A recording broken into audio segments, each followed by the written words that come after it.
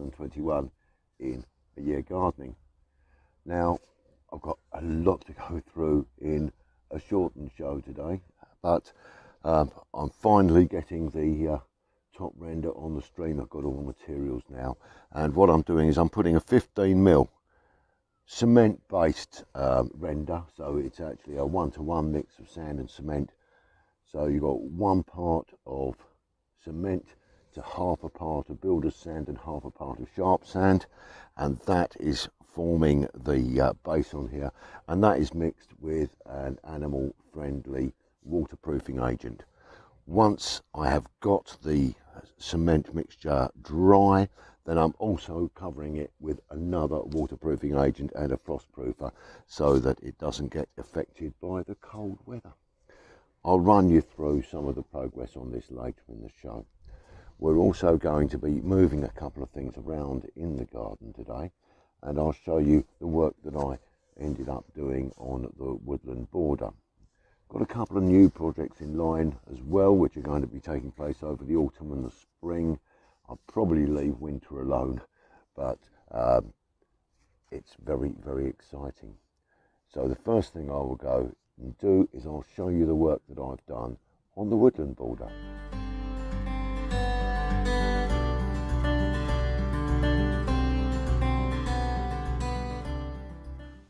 Well, you remember in the last show I started to do a bit of tidying in this border, and I didn't realise how bad it was. So we've got lots of grass growing through here. The heathers need cutting down, and a lot of the plants that I've been growing are actually dying underneath the growth of things like the peony and the fuchsia. So I've got to get in here and really, really tidy this. So what I thought was going to be about an hour's worth of work is probably a week's worth. But this is going to look absolutely beautiful when I've finished. Well, I've been working on this border, and we've got a nice edge coming along here. A little bit more work to do on there. Taken out a lot of the weeds from behind, and the phlox is now appearing, and I'll just put this little baby cordyline in here, which is going to grow maybe as big as that one, but it's going to grow behind, so maybe 8 or 9 years behind. So this will be lower and that'll be higher, with the buddleia growing over here, and we've got the potentilla and the forsythia and the lovely fuchsias coming through. This is really building into a nice border, but I've got to spend some more time just on keeping it clean and tidy. My fault, I've left it alone this year, but now I've started work on here, I'm going to really enjoy making this a really nice part of the garden. So we've got our flag irises that come through every year, but now from one plant I've divided that. I've got 4 plants now, so we should get better growth next year. Loads of aqualesia, and over the back here we have got just a wall of colour, shapes. Still some more aqualesias to cut down. I've got the Procosmia coming over this side here, and they're really coming through beautifully. And then of course underneath all of this lot we have got the hellebores, which will give us that early welcome to spring. So this is a nice bit of the garden, and I'm thoroughly enjoying working on it, and I do apologise again for not working on it during the year.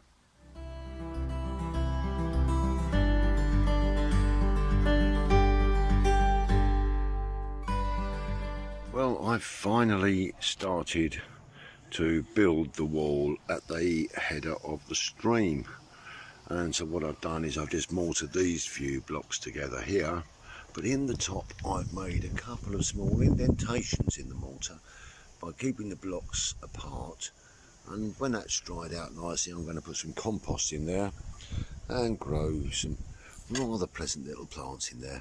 So I think that's a good start. We'll get the flower pot in the end, get the cover on, and get the wall built on the other side tomorrow.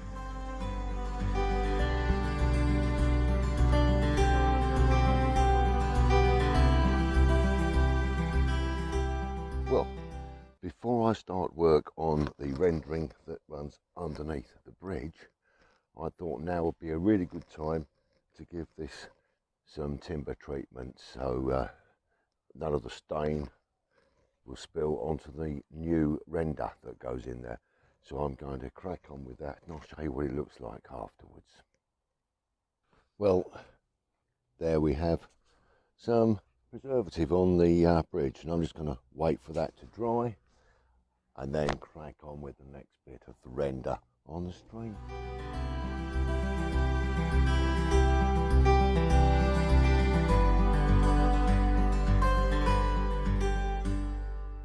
Well, now I'm back at the head of the stream and I have a pot of sempervirens, sometimes called house leeks, sometimes called hen and chicks, and every little plant here can give you a new plant, and I'm going to be putting these into the wall on the top of the stream head.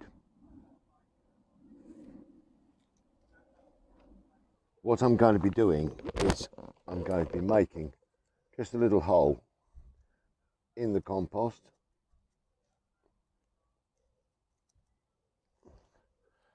then I'm going to take one of these little baby plants here, just pull it off and feed that into the compost here.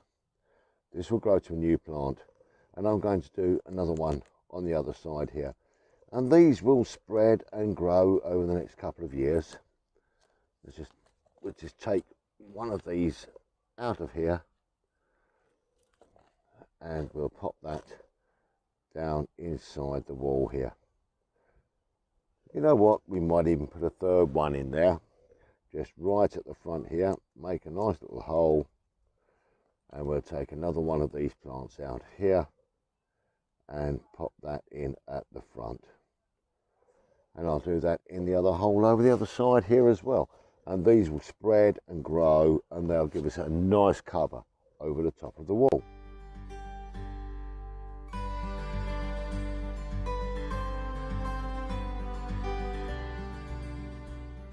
Well, now I thought I'd talk to you about one or two of the changes that are going to be happening in the garden. And one of them is right here. This is where we had our herb garden, which has moved, and I'll show you what I've done with that. And the reason I've moved that is we're going to be putting a little extended cover on the top of the summer house, bringing it out so that we can enjoy sitting outside in some of the more inclement weather. One of the other changes is we've moved the gazebo, and I'll show you that shortly as well. But first, let me show you what I've done with the herbs. Well, this is where I brought my herbs from, the little deck area which we're going to be covering, and I've built up a little stack of pallets which I've cut down and made a tier here, and we've got our rosemary and our coriander and our parsley and our chives, and they all seem to be very happy here. But the great reason for bringing them here is they're right by the kitchen door, and so if we need some herbs when we're cooking, we can just come straight out of the door and pick the herbs nice and freshly. Now the next thing I want to show you is what we've done with the gazebo that was down on the lawn. Well, now the gazebo has moved off of the lawn. What was happening is all of the grass was dying underneath where the gazebo was. So we've taken that now and put it up onto the patio, which is our general entertaining area. And so we've got a large area now where we'll have the barbecues, we'll have the gazebo, and we'll have tables and chairs where we entertain our friends and family.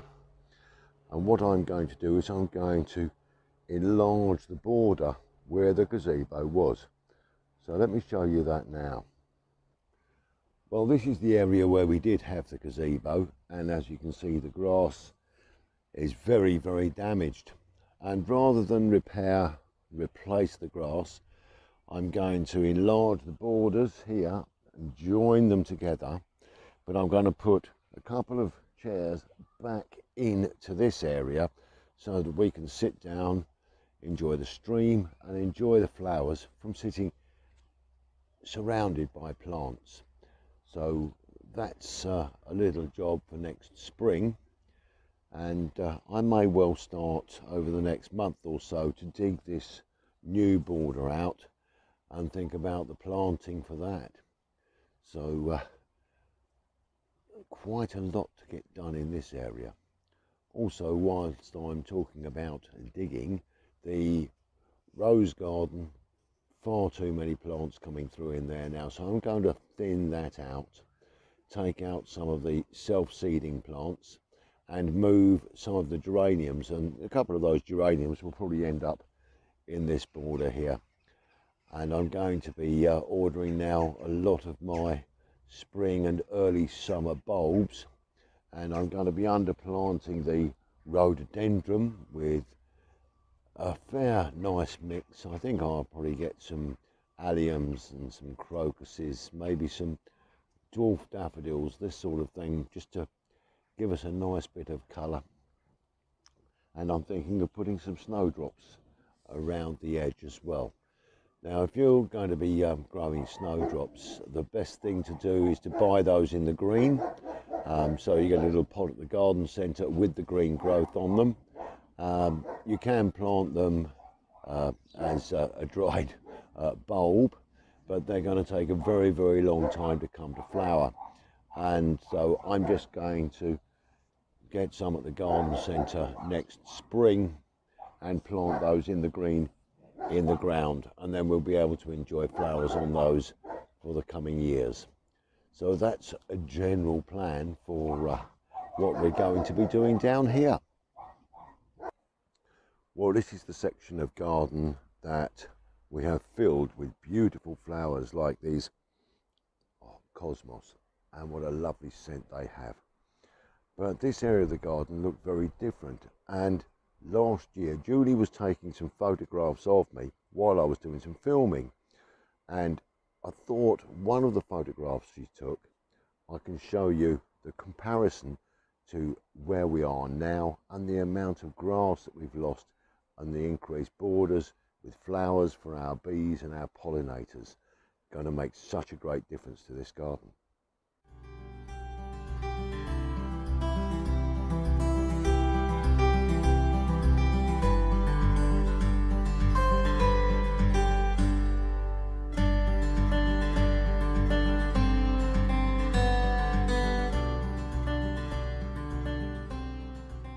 Well, that brings me to the end of this month's little visit to my garden.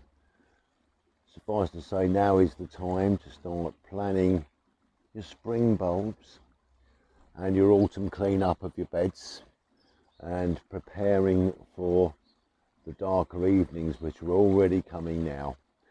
And whilst August has not been the most amazing month that we've ever had, we have had the odd days of sunshine and some brightness, but has been a bit of a letdown. And it's nice to see that my flowers are still performing very, very well, considering I wouldn't have expected things like the delphinium and the hibiscus and things still to be in flower as they are at this time of year, and hopefully they're going to carry on for a few weeks longer.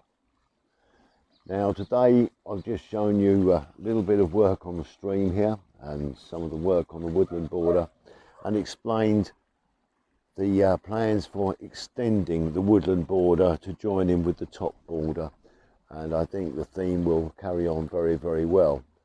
As the fence behind there is roughly southeast facing, I may well plant a couple of grapevines in there and grow those up behind the border.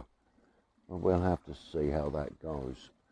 I have actually placed an order now for next year's bulbs, and so I have ordered some alliums and some crocuses, and hopefully we'll be putting those in over the next 4 to 6 weeks.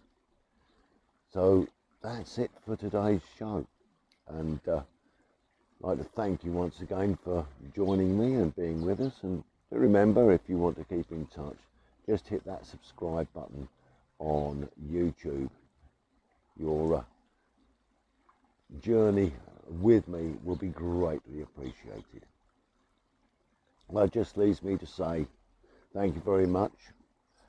Enjoy what is left of the summer and prepare for autumn and winter as they come, and make sure that your gardens are prepared as well. And we'll have another couple of shows still to come this year, I'm sure. But that just leaves me to grab a little glass, and this time I've got a rather splendid little Pinot Grigio to share with you today. So stay safe, stay well, be kind to each other, happy gardening, and cheers.